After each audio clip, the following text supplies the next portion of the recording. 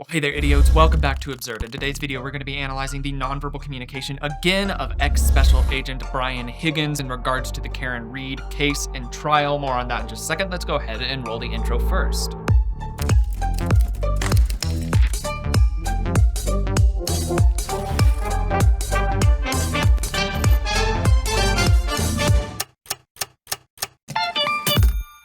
The world has just so many languages. There are at least 4 entire languages in the world, and I only speak a measly singular 1. In response to this apparent tragedy, today's sponsor, Babbel, has stepped in to help out a little bit. Likelihood is, if you've been on the channel before, you've probably heard me mention Babbel, but in case you're new and you haven't heard about it, it's a language learning app that focuses more on organic communication rather than those stilted or unrealistic linguistic interactions that you find in other apps. This makes it one of the top language learning applications available to the world today. It's also this real-world approach that makes it an excellent choice for people who are wanting to travel. With summer just around the corner, everyone has travel a little bit on the mind. Some travelers are even going to be fortunate enough to travel to a whole new area that doesn't have the same culture and likely doesn't speak the same language as them. If you are one of those lucky few travelers, I suggest giving Babbel a shot. Babbel lessons equip you for practical discussions on travel, business, relationships, and beyond, taking on the role of your personal language coach to guide learners towards real-life conversations in their chosen language. It's designed by over 650 real language experts, so you learn those practical real-world conversations in no time. Plus, Babbel offers a 20-day money-back guarantee period for users who decide it's just not the right fit. All you have to do is write into customer service within that 20 days to get a full refund. So whether it's for travel or professional development or personal growth, or if you're just simply wanting to learn a new language, I suggest you go and check out Babbel. Furthermore, if you click on my link or scan the QR code here on the screen, you'll get 60% off your Babbel subscription. It's a good deal, and with that 20-day money-back period, there's no real risk in trying it. Thanks again to Babbel for sponsoring this video, and back to your regularly scheduled programming. Okay, so before beginning the full analysis here, there are a few details that I kind of wanted to talk about real quick that strike me as interesting or that I noticed while trying to unpack this case. First, I wanted to acknowledge that I'm personally not a huge fan of Karen Reed. From everything that I was able to find about her, she seems to be rather entitled, turbulent, quick to anger, morally flexible, and manipulative. However, though I don't personally appreciate her, that doesn't really matter when it comes to determining whether or not she is guilty of the murder of which she is being charged. With that in mind, I've really been trying my hardest to approach this with as much emotional detachment as possible in order to maintain as unbiased of a point of view as I am capable of. I've noticed a large number of people have been pushing for her guilt based solely on the fact that they don't really like her, and while I kind of understand the distaste, I fundamentally disagree with that mindset. Now, something that strikes me as overall odd is the number of butt dials in this case. I'm sure that we have all sent or probably received at least 1 or 2 butt dials within our lifespan, but they're certainly not all that common. However, if my understanding is correct, there were a total of 9 supposed butt dials made within one period less than 24 hours. While that alone seems extremely unlikely, the close involvement of each of the apparent butt dialers with the case makes it seem a little bit more suspicious than it even was normally. Something else was this clip of a Canton police garage that the defense claimed was flipped in order to hide that covert access to the taillight of Reed's vehicle was possible, enabling the retrieval of plastic shards from the taillight to plant at the scene of the possible incident. My first thought was that it could actually just be a reflection of a glowing sign perhaps up on the wall of the garage causing a mirrored effect, which would explain the flipping. However, as I did look deeper into that, I was able to track down a clearer image of the Canton cruiser that featured the decal and the location that was made visible in the security footage. This also kind of reaffirmed that the footage had indeed been flipped and it wasn't just a reflection, and this pushed me further down that path of suspicion. Another aspect that bothered me were all of the lacerations on O'Keefe's arm. This was initially chalked up to being struck by a vehicle moving 25 miles an hour roughly, but after looking at an uncomfortable amount of injuries caused by being struck by a moving vehicle around that speed, I found it highly unlikely that any of the surfaces that O'Keefe would have come into contact with, or the forces that were present during being struck by a vehicle moving at that speed, could have possibly caused that pattern of injury. However, it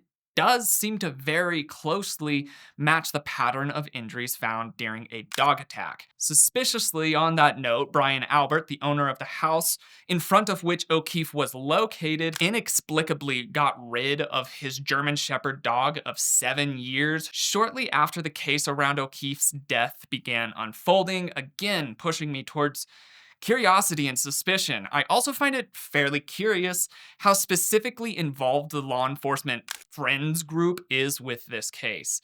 From Jennifer McCabe making the initial 911 phone call, something that I accidentally got wrong in the first portion of this analysis series, to the location of the incident being on Albert's lawn, to Higgins having access to the police station where all of the different evidence was being held, and more, it seems as though the group is keeping a fairly close eye on how the case develops.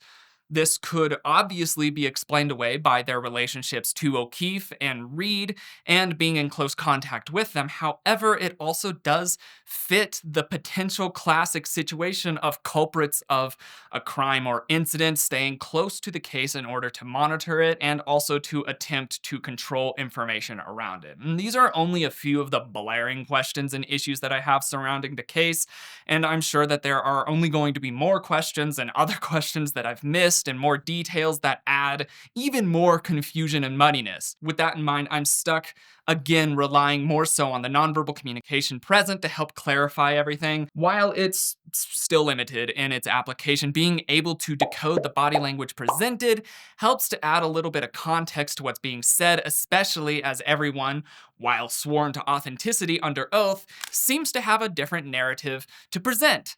So obviously someone simply has to be lying and manipulating information in order to present themselves as innocent, and I hope to figure out who that might be. As a reminder before beginning this analysis, this video is designed for education and entertainment purposes exclusively. Everything you hear here is simply my educated opinion and should not be used in any way as professional or legal evidence. All right, let's go ahead and begin. Do you recall him asking you anything about as far as if this was the entirety of what you had provided? Oh, so I think during the actual interview, he specifically asked me, are these, I would say in sum and substance, he said, you know, is this an accurate representation? Has anything been deleted? And I said, no. I mean, as with respects to the text with the defendant from the first time that she reached out to me and texted me, nothing had been deleted. As far as John's text string, we might have had older text strings that were deleted, but that was what I gave him. What I gave the troopers was exactly when I captured everything is exactly it is what it is. Everything that was on those phones was provided. Nothing was deleted.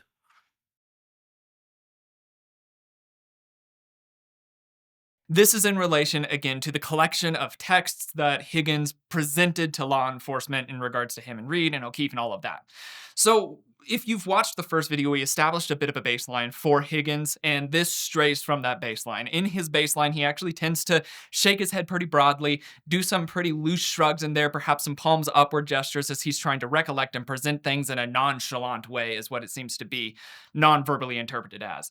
So in this area, as he's responding, you see a lot more tenseness, and he's hunching a lot more. It's not just a shrug. He's not just doing, oh, all right, whatevers. He's starting to hunch down a bit. And now that hunching down like that is making your neck disappear.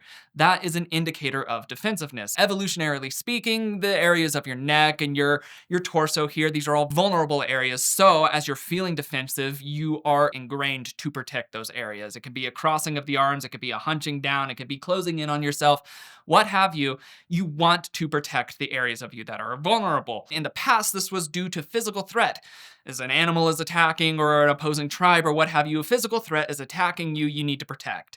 Now, as we've elevated throughout the years and we've evolved as a species, these threats aren't necessarily physical, they can also be psychological. Nevertheless, the response to them is still ingrained in us. We still want to protect these areas. So if we see that coming up there, that defensiveness, that hunching in and closing in like that, that is an indicator of feeling defensive about what's being spoken about. And in this regard, it's about what could have happened to the texts. Did he doctor them? Did he do something to them before presenting them to law enforcement? Defensiveness comes in. It's a little bit of a red flag. On top of that, we're hearing a substantial amount of verbal difficulty in the past as he's answered questions that are inconsequential in their very nature. They don't implicate him in any way. They're not indicative of him being involved in the case on any level. He answers pretty straightforward, pretty cleanly. There's not a lot of packing of narrative. He doesn't trail on for a while. It's fairly concise. But in areas of this specific testimony, he has had a couple of moments of packing his narrative. He starts adding too many details into the response that simply doesn't need to be here. Another area that he did this in was when he was speaking about going to the garage to move some cars. Sure enough, there was security footage that came out that showed that he hadn't done what he had stated he had done there. So then knowing that he has that proclivity to pack a narrative when he might not be honest about the narrative is something that we need to keep in mind as we go through, and he does it here. So again, we have a question. We've seen some defensive nonverbal communication. We've seen some interesting verbal patterns all centered around these texts. Were the texts that he turned over to law enforcement actually the texts that were sent and interchanged, or was it doctored in some way? Many believe that it was doctored in some way. It is still something that we have to make note of. We have to pay attention to these patterns as he's going through because they do indicate what he might be feeling rather than what he's presenting, and I think that's important context to gain. And in addition to Mr. O'Keefe, who, if anyone else, was at the house when he was there? I believe Chris Curran and his wife might have been there at one point. I think maybe the wife left, but he stayed. I believe maybe Mr. Curran, never met him before. I think they introduced him as Mr. Curran's brother. And then John's nephew. And I don't know if his niece was there. She might have been in the other room. All right, so during this time, as he's talking about who is there and what's going on around that, some things that I want to make note of is that he's looking down into the side. He has looked down into the side on repeat as he's recalling various things.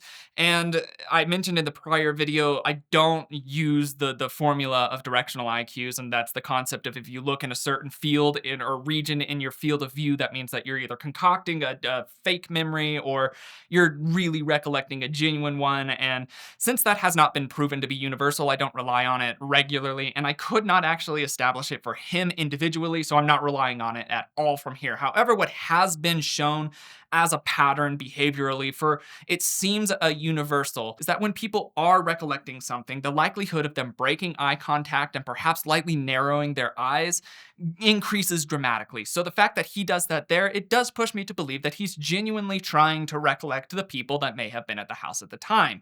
What I find fascinating is that he breaks that pattern that he has shown so far when he gets around to John's nephew and niece, and you see him do a little bit of a venting behavior there. Some people have mentioned that the courtroom itself is quite warm, so a lot of this venting behavior could be because he's feeling rather warm at the time, which is distinctly possible. And then again, what you need to then rely on with that is the nonverbal pattern that we have established already as his baseline and the straying therefrom. If it's just a constant thing that's going all the way through, he's constantly warm, then it could be a part of his pattern. If it's popping up at points of contention or there's some level of implication around those points, then it could be seen as a red flag. You have to consider the context of which the gesture is being produced and plug it in from there. So the fact that it does pop up regularly around points of contention, not only could it be that the courtroom is warm, but on top of that, as these areas of stress crop up, it can still make him feel warmer and still encourage the venting behaviors that we have seen. So you see that venting behavior come in there. And then he mentions the nephew, in which time he starts to his pitch and tone shift. It sounds like he's getting choked up, which is a fascinating emotional response to the nephew side of things. And then he cleans it up a little bit to even mention the niece. So for me, it indicates there's something going on around the nephew that it inspires this level of emotional upwelling that hasn't been inspired elsewhere. It does seem as though he's trying to control it as well, so I'm not sure if this is a manipulation point or what it could possibly be, but it is in relation to the nephew. So something is going on around the nephew as indicated by his nonverbal communication, and we'll just have to continue on to unpack the case as we go on. Now, you mentioned that John's nephew was there. Had you ever met him before? No. And what, if any, interaction did you have with his nephew while he was Uh, All right, so the question is, have you met the nephew before? He answers in his baseline. He answers authentically from what I can tell. It's a pretty big, loose shake. No, very straightforward, very clean. There's no packing, anything along those lines. Had not met the nephew before. Now there's further questioning, and as he's beginning to respond to that, we're seeing a preening gesture come in there again. He's looking down. That looking down could be seen as an indicator of shame or guilt. That breaking down to the side, lower in the field of view like that is oftentimes related to shame. You can also see brow touching manipulators in there as well during that cluster. We don't see that here, so maybe it's shame, maybe it's not. But with the preening gesture in there, it lets us know that he's well aware, he's hyper aware of how it's being perceived. It's also an indicator of agitation as he's self-soothing down. So now we get to hear what this story is behind the nephew that causes all of this emotional upwelling. Yeah, let's unpack it. we were playing video games together.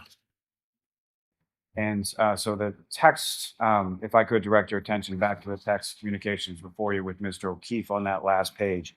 And if you could read from that text exchange, and if you could indicate sort of who's talking or who's saying.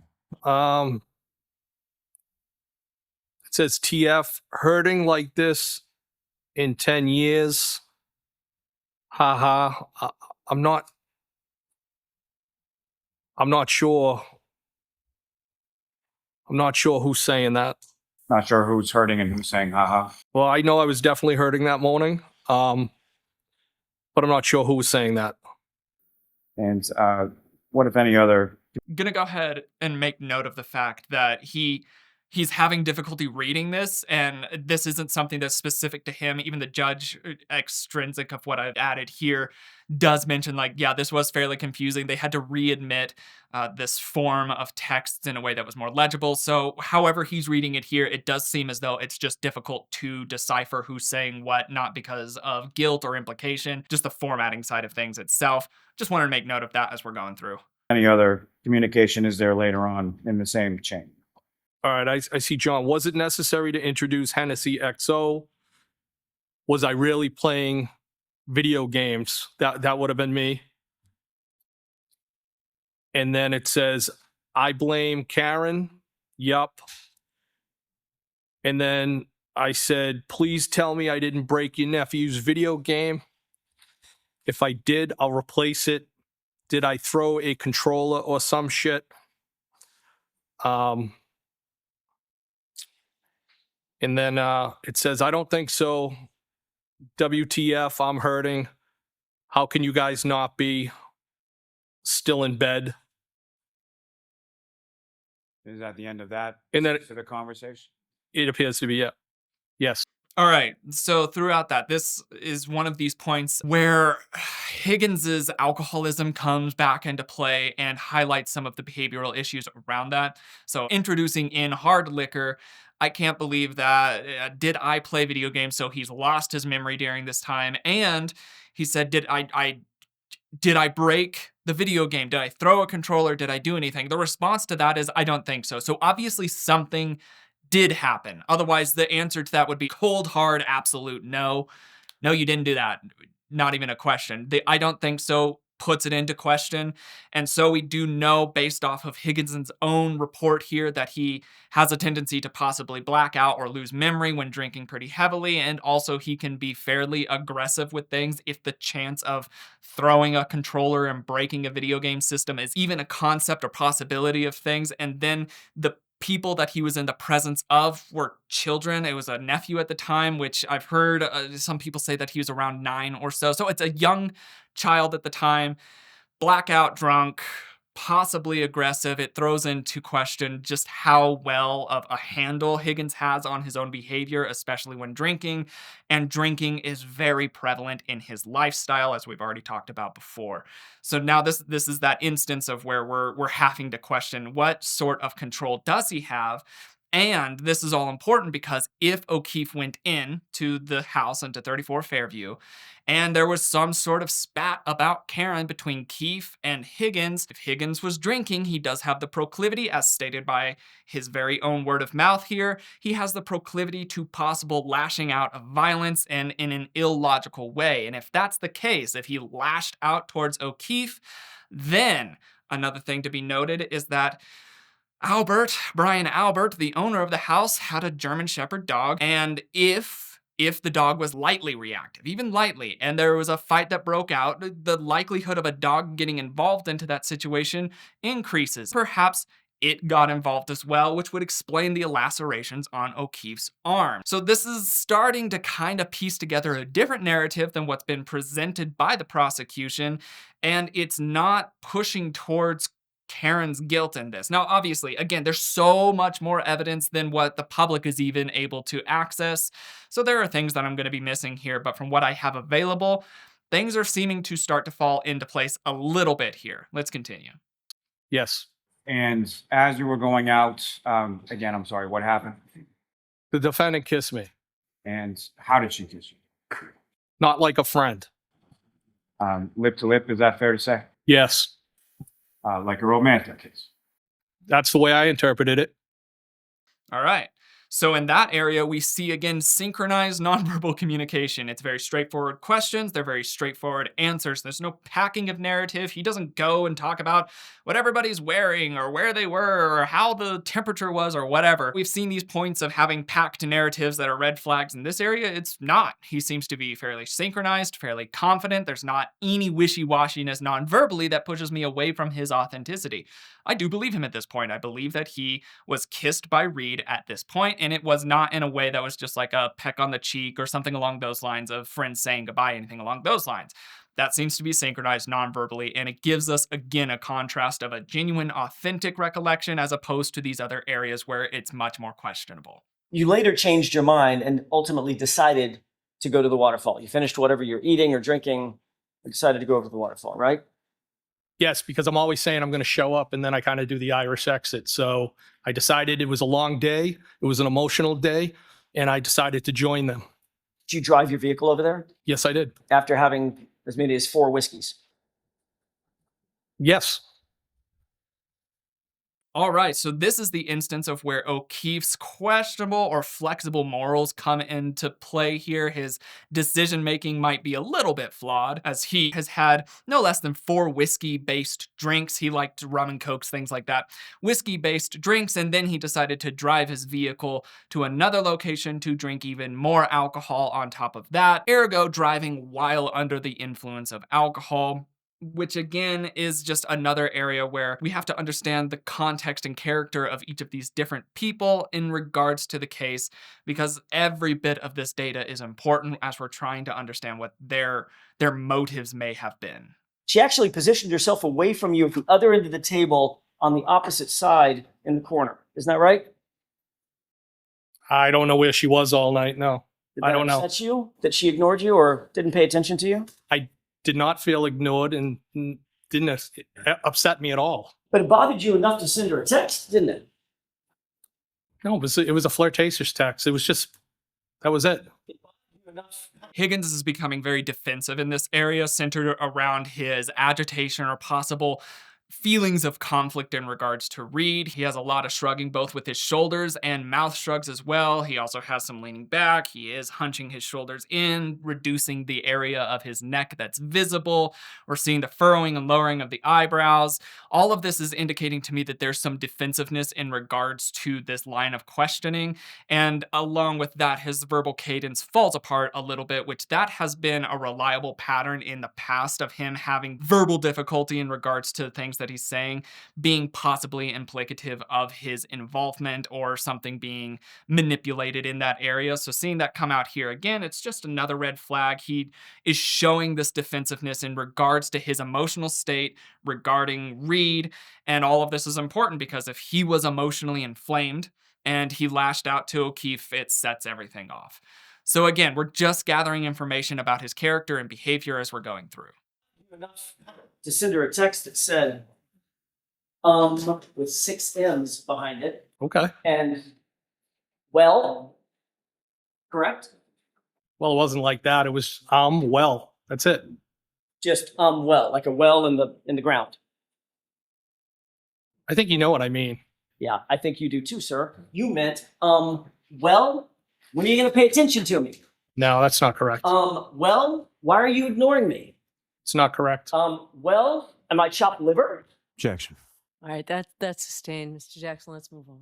All right, so as the heat is increased by the defense, which something that I did notice non-verbally about Higgins as it switched from the prosecution to the defense is that the pressure that the defense added to Higgins was substantial enough to change how he behaved in general. He became much more defensive, actually. He became more defensive towards the defense than he did towards the prosecution, again, because the defense is wanting him to fall apart, to break down.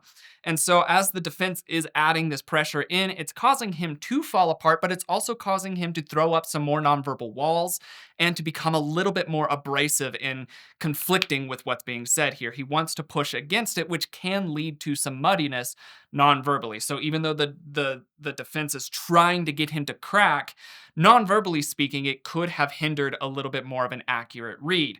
But as this increase of pressure is done here centered around the well text, you start to see the smile come into Higgins's face, and it is a little bit lopsided. That asymmetrical smile is an indicator of contempt, which is a feeling of moral and intellectual superiority. So that comes in here as this defense attorney is trying to say, oh, well, you said these things because of feeling this way, this way, this way, this way.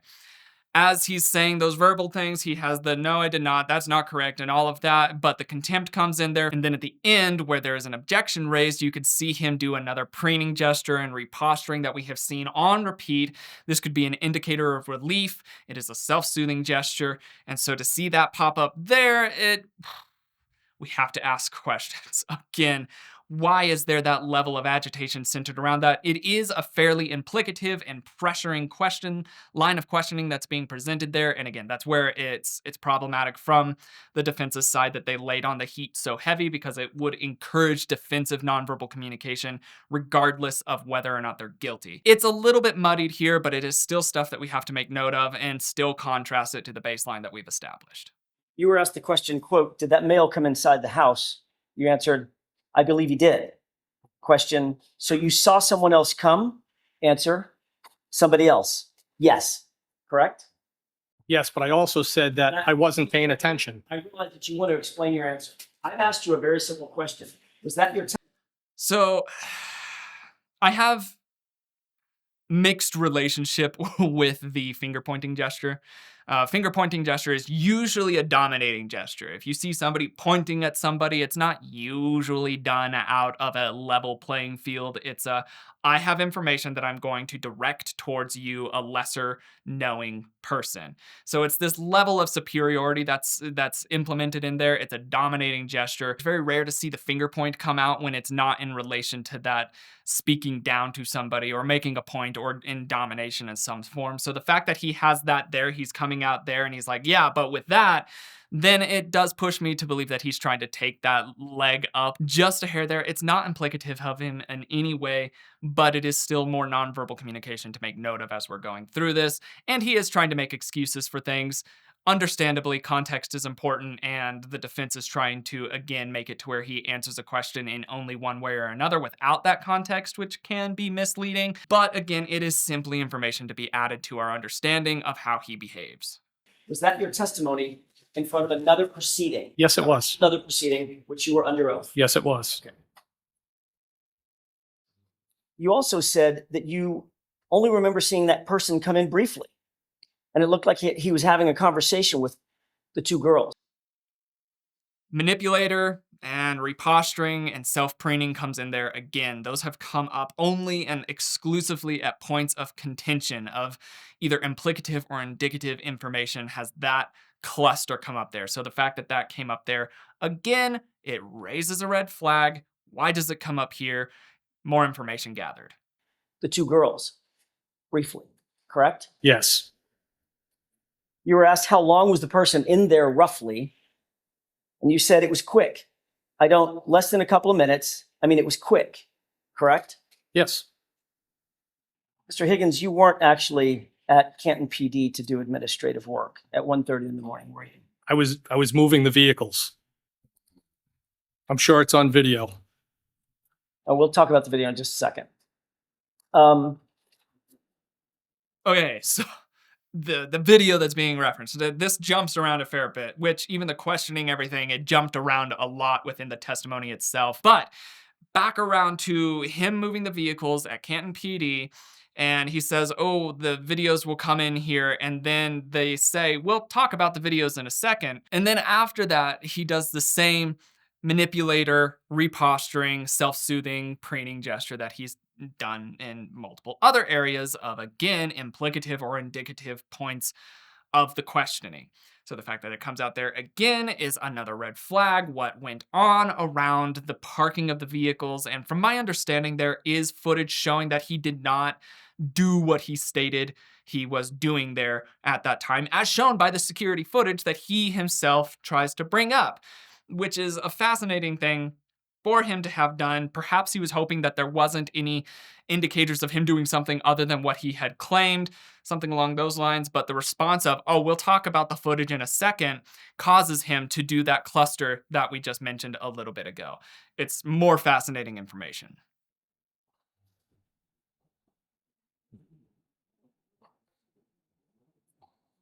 And then, of course, you lied about that under oath in that prior proceeding by saying, I don't remember this phone call. Objection. Sustained. Did you? From my understanding here, we're now going to get into all of these different butt dials that had happened here. And the defense is bringing up his prior testimony where he said he doesn't remember certain phone calls. So we should have some points here of him going back on his own word verbally as well. So in one area, he says the thing, and then in another one, he says a very different thing. We'll see. Did you, in fact, tell the truth at the prior proceeding when you said, I don't remember that phone call? I always tell the truth. Did you lie under oath, sir? No, I did not. Would you tell us if you? Okay, I take a lot of issue to anyone in the world who says I always tell the truth, because it's never true. It's simply never true. So the fact that he's doing that here immediately to me lets me know that he is 100% willing to lie about telling the truth if it presents him in a certain way. So he said, I always tell the truth. Along with that, there is a very sharp drawing together and lowering of the eyebrows. You see a lot of disgust coming into the corners of his nose as he's saying, I always tell the truth. Crinkling of the nose.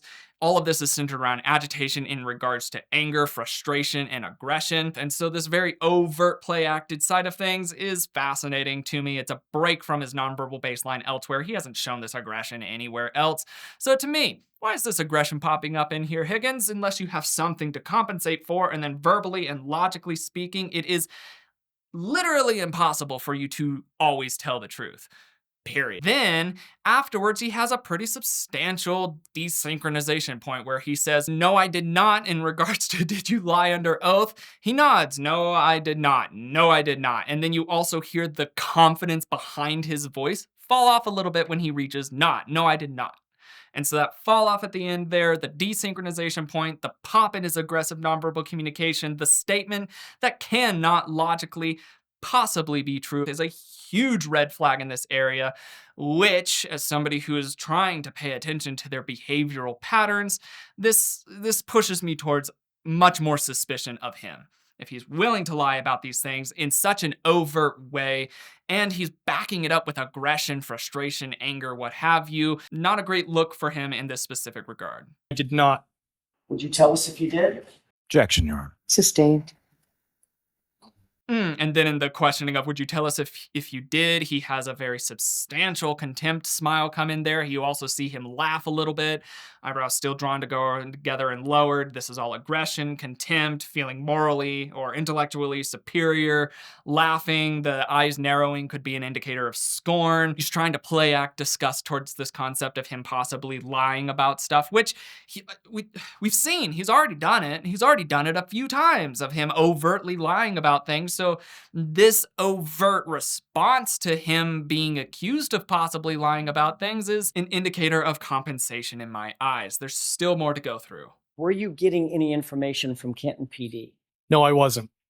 Did you provide any information to Brian Albert No, I did not. based on any conversations or conduct at Canton PD? No.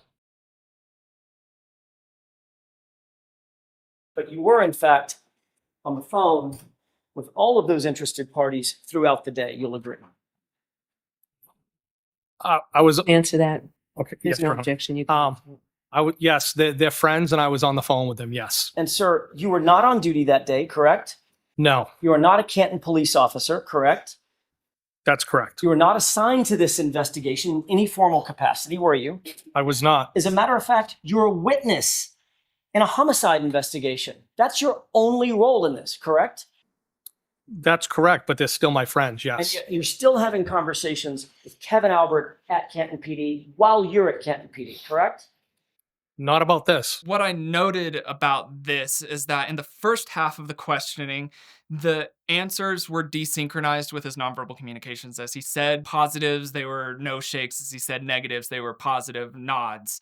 And then after that, when it shifted around to the second half of the questioning, then it was synchronized. As he said no's, it was no shakes, and as he said yeses, it was nods. And so to me, I'm curious. I'm left wondering, why would the first half of those questions desynchronized, albeit the gestures themselves being fairly overt, which for those of you that are new here, the more overt of a movement or gesture or expression in the human body, the more likely it is to be consciously controlled. If it's smaller, more minute, less likely to be consciously controlled. Those were all fairly overt, but in the pattern of things, as he was answering yes and no questions and showing desynchronized nonverbal communication, why did that switch to synchronized nonverbal communication in the second half of the questioning? What was the change there, and why would that switch actually exist?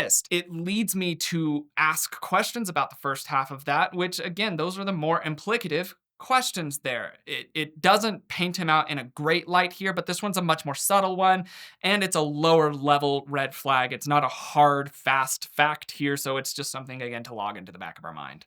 Are you aware that there was other evidence that was also being held in the Sally Port? Objection. sustained. Did you see any other evidence in the Sally Port related to this case? No. Did you see a bag, a grocery bag with 6 solo cups there? Objection. Did you see anything that seemed out of the ordinary there? All I would do is use that as a cut through. I did not see anything. Okay, I'm going to go ahead and wrap that up there. Again, the entirety of this specific testimony that I drew all this footage from was about 8 hours long with some breaks in there as well. And so if you want to go and watch that, please feel free. It's not the most riveting footage to go through, but you can. As we're talking about this evidence thing and he's responding to whether or not he saw these possible portions of evidence in regards to the case, the expression that slips out on 2 occasions is a partial fear expression. You see that through the pulling of the corner of the mouth down into the side, that "ee." And the full expression of it is "ee," which is in related to the oops, which is a lower level of fear. So we see that coming in there. So that partial fear makes me question what's causing that partial fear to crop up there in regards to the evidence. And then as that wraps up, he looks down to the side and has a very, very prevalent lip compression in there, which the lip compression is the biting back, the suppressing, the compressing of negative information or emotion or sentiment, what have you. And so to see that coming in there afterwards with those 2 fear expressions makes me a little bit more curious about what evidence did he have access to, did he see, and did he possibly tamper with within the police station itself, as indicated by his nonverbal communication. So that wraps up this side of the analysis side of things. My working theory right now, which is loose and again based off of only partial information that we have available to us, is that Brian had some form of jealousy in regards to Karen Reed, and in a drunken state lashed out against O'Keefe, which ended up escalating from there, and then that was all covered up. He did a bad thing, and then his team, his buddies, they've got him. That's just a working theory at very best. Again, I know I'm missing a bunch of information that would be very helpful, but I don't think we'll ever be able to get a hold of, maybe in the future. But let me know your theories in the comments of this video. If you're for freeing Karen Reed, the Free Karen Reed movement, or if you are for the prosecution side of things, where you believe that Karen Reed was guilty of this situation, yeah, fill me in the comments of this video. If you did like this video, go ahead and hit, do all of the things that the YouTubers say. Thank you again to Babbel for sponsoring this video. If you're wanting to learn a new language, go and check out Babbel. But without further ado, that's all that I've got for today. My name is Logan, and you have been oh so awesome, as you always are, and I will see you in the next video. Cheers, guys.